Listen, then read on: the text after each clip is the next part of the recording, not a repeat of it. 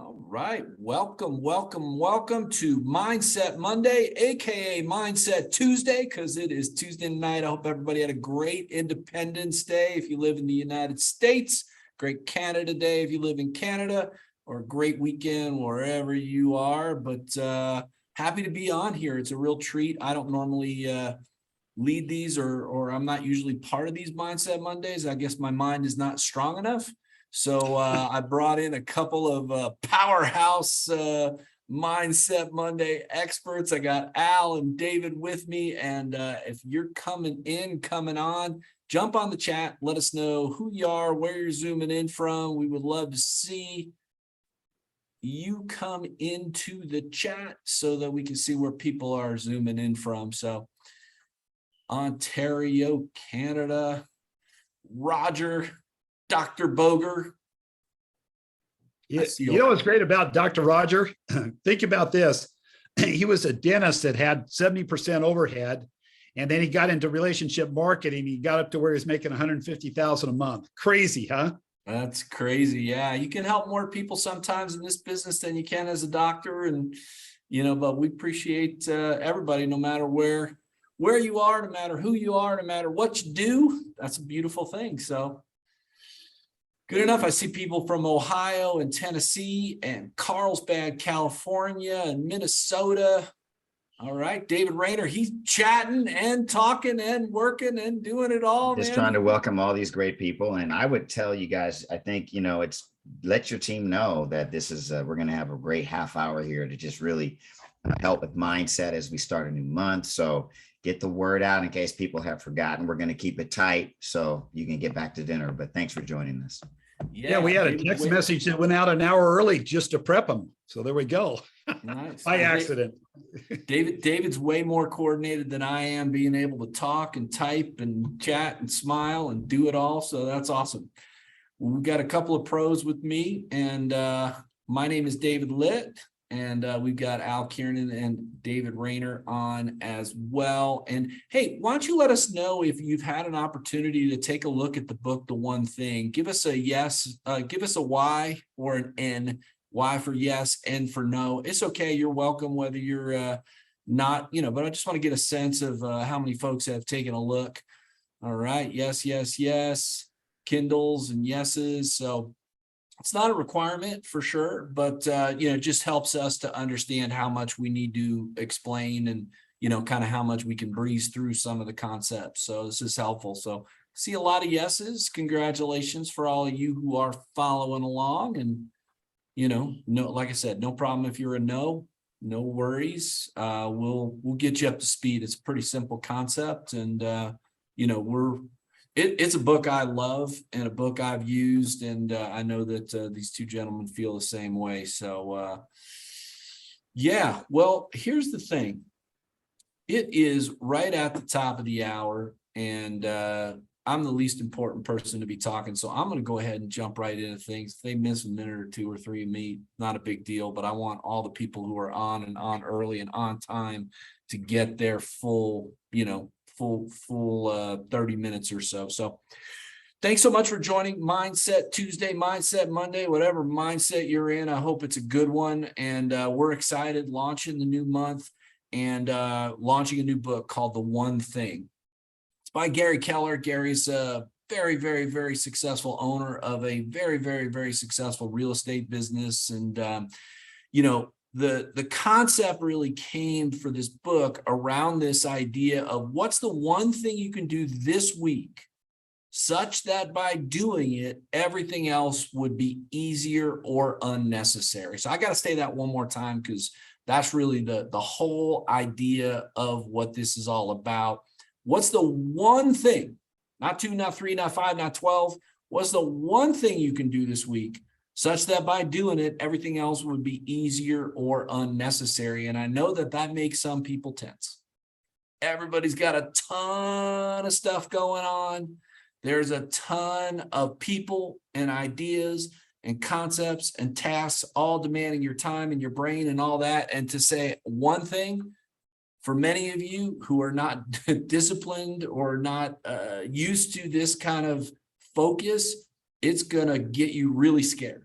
I mean, I think that's what it's going to be. I think you're going to be scared to narrow something down to one thing. But what you're going to find is the more that you can focus, the more that you can narrow down, the more that you can target, the more that you can measure that one thing that moves you forward such that other things are either unimportant or unnecessary, you're going to really start to see the beauty in this concept. And the more that you can get down and focus, the more that you work on the should do's instead of the could do's. I know that everybody's got some should do's. I know everybody's got some could do's. I also know that there's a lot of stuff that you want to get done, and that there's a lot of people pouring ideas and problems and issues and stuff at you. And you're getting texts and DMs and, you know, all kinds of craziness. This is a crazy, crazy, crazy world. And so to be able to sort that out and say, this is the one thing I'm doing, sort that out, and this is the one thing I'm doing, sort that out, and this is the one thing I'm doing.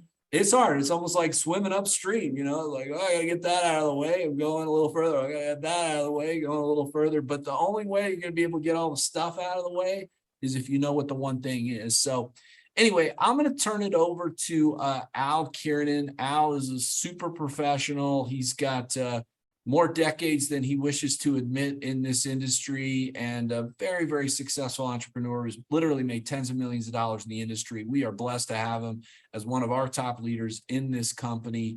And I know that Al's been implementing this concept here just recently. And so this is not theory for Al. This is something that he's been working on specifically. And just like everybody, he's good at it. He's not good at it. He's good at it. He's not good at it. He's good. So this is not a, hey, I got it. It's solved. Now I only do the one thing. It's a constant struggle. And Al's been struggling and fighting hard. And he just raised his hand and said, hey, I've been working on this, and I want to be on this Zoom. So I'm going to turn it over to Al, and you all get your pens and paper and phones and iPads, however you're taking notes these days, and get ready to learn about Al's implementation of the one thing. So Al, it's all yours. Yeah, well, thank you, David Litt. And, you know, a real thank you to you and Taylor for all the work you do. You guys are tremendous. And I know JT's sort of the master crafter of the whole thing, but bottom line is you got to do all the work, and he may get all the credit. Who knows? I don't know. But anyway, I certainly appreciate you. And it's been a joy the last almost 2 years now that I've been in business with the Happy Co. And it's been a real, it's been a fun time for me. I've learned a lot. And of course, we went through COVID with it all together. And so it was that was an intriguing time frame for sure. The one thing is a book that David and I have spent a lot of time on because we looked at it and we said, because we were putting together a system, okay, a process, if you please. And we said, man, at the fundamental part of it, there has to be something that we're seeing that we're doing that can make a difference for everybody. As a matter of fact, one of the things I talked with a number of people over the weekend and even today very thoroughly, I said, what is the one thing that everybody has to do, or what? And then I took a look at myself and I said, what is the one thing I need to do? Okay, because I think the one thing that happens for me is that I sometimes get into management. I think that if I do enough Zooms, if I call enough people that are already in, give them the warm fuzzies, that it'll do the job. But here's the thing. I decided that wasn't the case. Actually, my wife and I decided it wasn't the case. I mean, she's instrumental in the business. And we talked about if I was going to lead, then I would actually have to do the activities I'm asking my team to do. Oh, that hurt so bad, David. That was an awkward moment for me for sure, because I thought, I have a good sized group. I don't need to do that. And here's the answer is I do. And so I basically implemented a plan. I started it today. And it was one where the one thing for me was just this. I couldn't get stuck in process. I had to get stuck in doing that one thing that would make a difference for me, and everything else become supplemental to it, become something that's not quite as important. So I decided I'm going to call up and have a business conversation. I'm going to call up. I may use social media. I may use private messenger. I might use a text message, but I'm going to have a one-on-one call, Zoom call, phone call, face-to-face. I'm going to have one of those every day for myself personally. Now, whether I place them wherever I place them is up, of course, strategy wise. But here's the thing. And then to implement this, I called up 10 people, and David was one of them. I said, David, basically, I want to have 10 people that I'm accountable to, that we're going to do this every day. We're doing it 5 days a week, 20 a month. And I asked each of them, I said, if I do this 20 in a month, basically, do you think I'll turn out some results? And the answer is, of course I will. If we have 10 people doing that, that's 200. Okay. And so David was talking, and David, this is what was fun, is your take on the one thing was different than mine, but it's very applicable because it's produced results. You produced a diamond, you became a diamond 2 months ago. You broke a diamond last month. You're going to break a personal platinum this month. You broke other people too. But here's the thing, you've had great success because David used to be the master of doing 100 different things at once. And here's what I'm asking is, you've gone small. You've decided, even in the first two chapters, it talks about going small and being focused. Talk to us a little bit about the focus that you're having. I will, Alan. I want to welcome everybody. And I just want everybody just to bring us all into the conversation. I want you all to think about what you want, right? I want you to think about the fact that, and this is subtle, but in our life, we're after an experience. But what people are taught because of the way the world works is that what we do equals our value. Now, there's nothing wrong with that because what we do does produce results. But if I ask you this question, are you valuable personally, even if you don't do well? You will answer, if you get down to the nitty gritty, like, yeah, I think I'm already valuable, even if I don't do well. So what happens though, it gets unconscious, and people literally in life, Al, they basically are so focused on doing to feel good about their life that they just do non-stop. We have an epidemic of doing in order to feel valuable, but we're not doing the right things. So when you think about what you want, because this is the bigger view I want to get you before you, because the book is simple. Small things repeated over time produce tremendous results. Okay, that's where we're going. But the question I want you to ask, and you can put it in the chat if you are literally courageous enough, what is the current focus of your attention that gets you off track? What do you focus on instead of the things that you know would make the difference? Because that's what's happening to everyone in this world. And we say we want, and how many of you have said, I want to go Crown Ambassador and Happy Co, right? I want to do this. But then you wake up and all you do all day is everything that doesn't produce that, right? Mm-hmm. And you don't even know why. And I'm just trying to say the first thing you got to remember is the one thing we control as human beings is our focus. That's why we control our attitude. We cannot control all of our thoughts, and we cannot control necessarily everything that will happen, but we can always control how we relate to what happens, which is our focus and our attitude. And if you understand that, then Gary Keller's work becomes really profound, because if you think about the 80-20 rule, we've all heard it, 80% of the people that aren't doing anything in your business and 20% of the people are doing all the business, right? That 80-20 rule is kind of a mathematical concept. But if you go deeper, you realize that that's also more like your actions too. 20% of your actions are actually producing results that are going in the direction you want in your life. 80% of what you're doing, you are literally doing, someone wrote it in the chat, busy work. Busy work. How many of you are reading self-help books all the time and you keep needing more self-help books? You ever think that maybe it's not changing anything? So I'm on this journey myself, and I'm not a perfect example, but I did do this business before. And when I was doing it, when I first started doing this business, I did every meeting, I did everything. And I got overwhelmed. The business became overwhelming because what I was choosing to focus on were the things that were community oriented, which is great, but I wasn't building the business at the level where my money was changing. So how many of you can spend all your time on all the social elements of this business and not make any money? How long does that last? So I started looking at what I needed to change. And just to get to what you asked me, Al, but I wanted to start there is I basically said, look, I need to break a gold underneath my brother's business. And if I do that, because I can sponsor and place a gold, if I break a gold, that whole leg will go platinum, because there's going to be 5 people in that leg that have to get 2,000 points each.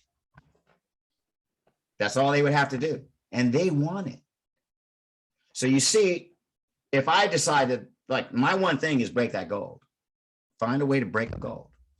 That became my one thing last month. And that led to my brother going diamond, because he started seeing it. And all of the people above the person that we went gold got excited, right? You've got to figure out your one thing. But I want you to understand the stakes. And I'll kick it back to you, Al, but the stakes are tremendous, because think about your life. Like, even if you have money, because some of you do have money in your life, but think about what creating success in a happy company would mean for you. Would it be time freedom? Would it be the ability to have something generational wealth? Would it be a lifestyle where you could love your life and do what you love and every day? Well, would it be that you could have the resources to take care of your health? What would it be? This is really important. And all it requires is for your focus on getting clear about where you want to put it. And that's where the one thing comes into play, right, Al? Absolutely. David, one of the things that got to me about it, and you said this about reading the same book over again and again, or basically self-help books and buying more and more of them, we can save you a lot of money. Just read this one over and over again until you get it right. When you get it right, you won't need the others. Okay. But the funny part is the Obstacles Away is a book we read last month. I think there's something that we're talking about here that becomes really important for you to get a hold of. The company is good enough. Okay. Everybody says, well, is it the best? Is it the best? I don't know if it is. I don't care, because I don't listen to anybody else. People say, I'll look at your opportunity if you look at mine. I said, crap on that. I'm not looking at your opportunity. I don't want to look at your opportunity. I got mine. And here's what amounts to. The first thing you control is that distance between this earlobe and this earlobe. And you decide that you're going to keep the one thing. And that means I don't have time to look at other companies. I don't have time to do that. I'm in this company here. And the only thing keeping it from becoming a great company for me personally is me getting my dead seat to work. And I decide, and it's painful. This is painful because, guys, like David Litt said, I've made billions. Okay. I mean, it's crazy how much I've made. Okay. By the way, I'm not as good as I think. I'm not as bad as some people say. I'm sort of in between there, but I'm okay with that. Okay. And I love life and I love helping people win, but you can't help people win by being a poor example. And I hate to say that, God, this hurts. At times in the happy goal, I've been a poor example. Okay. And, and I have people that say, well, procrastination gets me. On the other side of everything we want in life, that fear factor that we have on that other side is everything we want. All we have to do is break through the fear once. Okay. Yeah, that's why go on now. No, go on. No, go for it. No, I was gonna say that's why if you could just narrow down your actions. So because so think about it. Everything you want is outside of your comfort zone. So the only way to get what you want is to leave your comfort zone. And what do you feel when you leave your comfort zone? You feel discomfort, you feel fear, you feel anxiety. So it's already enough just to go for a dream, because you're going to have to feel that. All right. No one gets away without doing it. I spend more time out of my comfort zone in my life than in my comfort zone. That's the consequence of doing new things. Like I'm out of my comfort zone right now. I've never been on a Mindset Monday. So anytime I do something it's new, on a Tuesday, so you're okay. Exactly. So what I'm saying to you is when you're going to go for what you want, and by the way, everyone you admire spends most of their time outside their comfort zone. When you're going to go for what you want to do the one thing, you've got to make that action so simple that you can focus on it, that you can keep it top of mind, and you can just do it daily. And Gary Keller has really nailed it. I mean, he talks about the domino effect in the book, where a domino can knock over a domino 50% bigger than the domino itself, right? And if you start to put dominoes in a row and you made the next one 50% bigger, that domino can knock over that domino. And by the time you get to 57 dominoes, the 57th domino goes from here to the moon. So you want to have a big goal. The key to the big goal is taking the small step that ties into the sequence that leads you to the big goal. And so it isn't everything. If you have no business, if you don't have any leaders, then your one thing would be doing something like what I was doing. Like, I need to make connections every day so that I have people to talk to about joining my team. So maybe that's your one thing. You know, mine is specific because maybe I have a leader I'm working with, and I might go, my one thing is going to involve helping that person do one thing this month. They may have to do 30 things, another thing 30 times. That's their one thing, but my one thing is going to be that. And so that's how you want to be thinking about it. Because remember this, and back in the 70s, we used to have about 10 parking spaces in our brains. I don't know if you know what that means, but parking space in your brain is you can remember 10 things. If I go back there to that time, and literally, I remember we didn't have phones, by the way. We had to remember addresses. We had to remember people's phone number. We had phones, but we didn't have cell phones to remember things. So we had to remember everything. We didn't have a navigator telling us to turn right. That was all brain work. And in your brain today, you have about 4 parking spaces. And what you have to understand is that means you can't consciously remember 4 things without it dropping away. So you remember.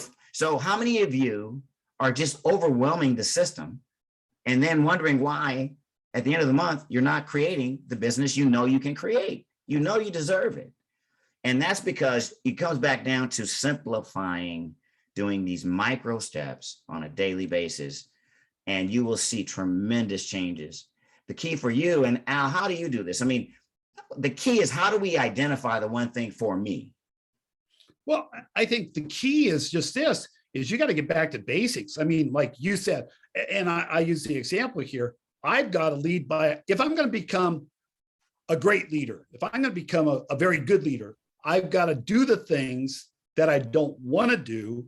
And I got to be able to hold the people that I'm working with accountable to me. And watch this, guys, I can't run with someone that doesn't want to run. Okay, now that's the hard part, David. Sometimes we pick someone and man, they say all the right words, but they really don't want it. Right. Here's the thing. I've asked 8 of the 10 I've got that are on the list now that are going to be accountable on this. Will they check in daily? Will they text me daily? Will they call me daily and let me know they got their one? Yeah. Because if they're not willing to do that, by the way, think about this. I've been willing to be a mentor for a lot of people, okay? But the trouble is, it requires that they do things. And see, in this case here, this is a partnership I'm going into. And this is the thing that I want out of this call here. I want everybody that's on the call, we have 69, 70 people, whatever, on the call. I want them all to know what their one thing is by tomorrow morning or by the next day, and say, you know what, I'm going to do that every single day. That's the first thing I'm going to do. Okay, that's the most important thing I'm going to do. David, you do a great thing on energy. Why do we do things in the morning from an energy level standpoint? Why do we want to do it that way? Well, if you sleep, and so obviously we have products that help you get that done in case you're having any challenges. So everybody should, just so you know, 7 to 9 hours is where your brain recharges. That is where you charge the prefrontal cortex. And that is when your executive brain is really ready to work. When you wake up, and it doesn't mean, some people are on night cycles, but when you wake up, when your morning is what I'm talking about. You sleep, you want to sleep, 7 to 9 if you can. And if you aren't, you'll notice you may not be getting results. There's 1% of the population, by the way, Al, that can sleep less than 6 hours and be okay. There's a gene for that. And there's another 1%, 0.5% really, that needs more than 9 hours. But when you wake up, your brain is ready to go. That is when you want to focus on the one thing or the 1 or 2 things. Like a great question to ask yourself is, what is my priority? Let's just take HappyCo.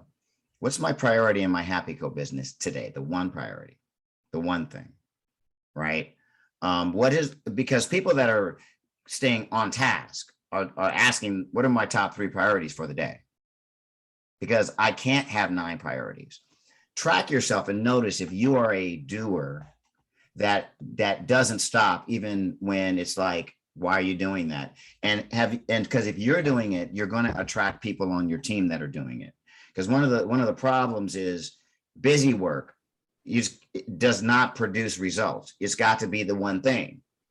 So if you're running around like a bat out of hell and you aren't available to be present and lead someone, how can you attract someone that is present and available? It doesn't go together. You have to be the thing that they're going to follow. Because remember, this business, people don't, they follow us. They follow who we're being, not what we're saying. And so if you're saying a bunch of great things, but you go out and you don't stop all day, you don't take care of yourself, you don't recharge, you don't do the things that make you happy, then it's going to be difficult. That's why we're trying to get you back down to thinking, if I were to simplify my business, what would be that action I would take? David, let me go ahead and jump in here just for a second. If I looked at my team, okay, and here's the thing: if you don't have a team, like David said, you got to start somewhere, okay. But here's what amounts is: if my team, my entire team, went ahead and saw one new person a day and had a meaningful business type discussion, what would happen to your team, my team? What would happen to the Happy Co? It would go crazy. Yeah. Okay. Here's the thing. So the process, whatever the process is, if it's social media, if it's private messenger, if it's basically text message, if it's phone message, if it's Zoom, if it's a group meeting, it doesn't really matter. What matters is, and it talks about in the book, do you get to the heart of the issue? And here's the thing. For me, it's real simple. Okay. By doing this, I'm going to lead. Okay. I'm going to be effective. Okay. Because even though I'm not good, I can take 20 no's. Okay. I used to date. Okay. So I can do that. This is not a problem. Okay. So here's the problem. If I don't do it, what do? I get into micromanaging. And I think that that's going to build a business of other people that are micromanaging, which is crazy. Okay. So here's the thing. We got a great company. We got a good company that can become a great company. And all we have to do is decide, the people on this call here decide to lead. And if we lead, we will win this battle in a big way. I had the good fortune to help 50 people make over 50,000 a month. I mean, that's because I'm old. Okay. But here's the thing. This company could be way bigger. And all it comes down to is, do I get my little pea brain out of the way and start doing the stuff that I know I need to do?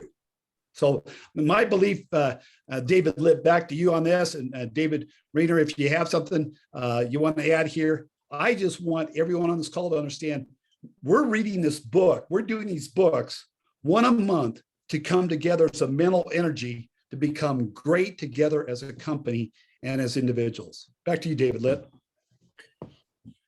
Great stuff. Let me just emphasize one or two things and share one or two additional ideas from the book. So just to emphasize what you were just both talking about, there's a great ad that Dunkin' Donuts used to do back in the 1980s, and it was called Time to Make the Donuts.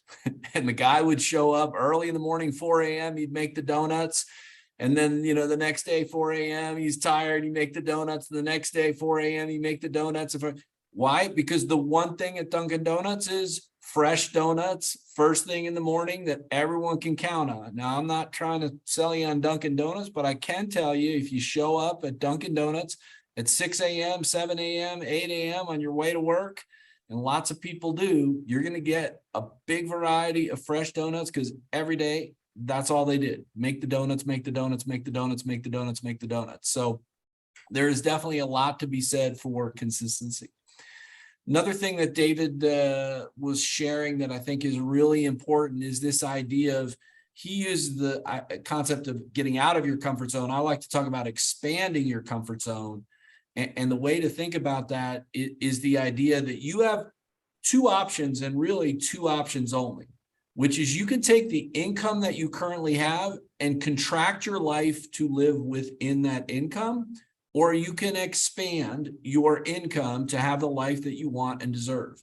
And the only way that you can expand your income is to expand your activities and expand your comfort and, break through a lot of the stuff that David was talking about. So those are your two options. I'm going to live right here, or I'm going to expand, and expand is new activities. And if you can focus on one thing, it's really helpful. And what I do on a regular basis, and I've been a time management junkie since 1990. I've got a little planner here right now, old school physical planner I've had since 1990. I think I had the Franklin planner when Ben Franklin was actually the CEO of the company. So that's how long I've had my Franklin planner.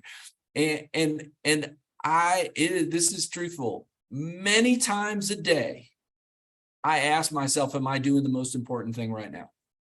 It sounds silly. It sounds crazy. How could you not know?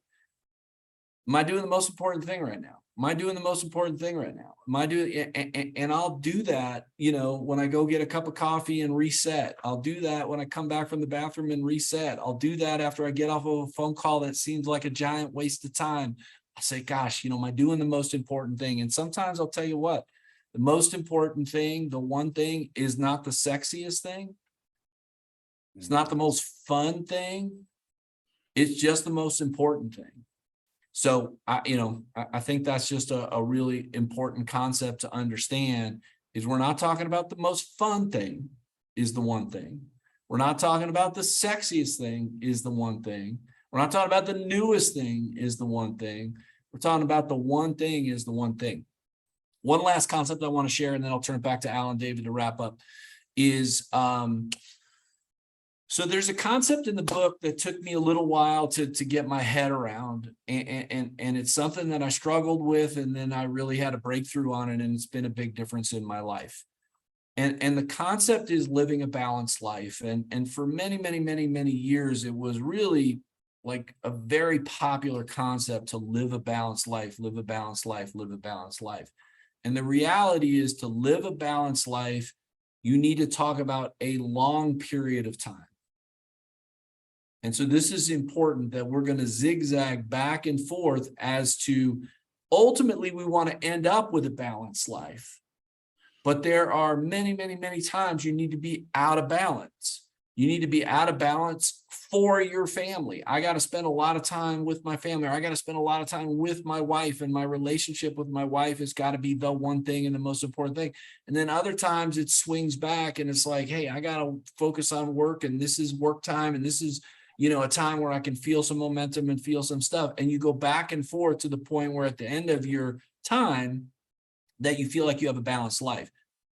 In network marketing, it's even more profound, because you put more time and effort in on the front end to then have an easier time on the back end. So if you check your dollars per hour in any network marketing business, not just ours, and you look at the first month, the first 2 months, the first 3 months, the first 4 months, you're going to say, this is the worst return on investment I ever could get.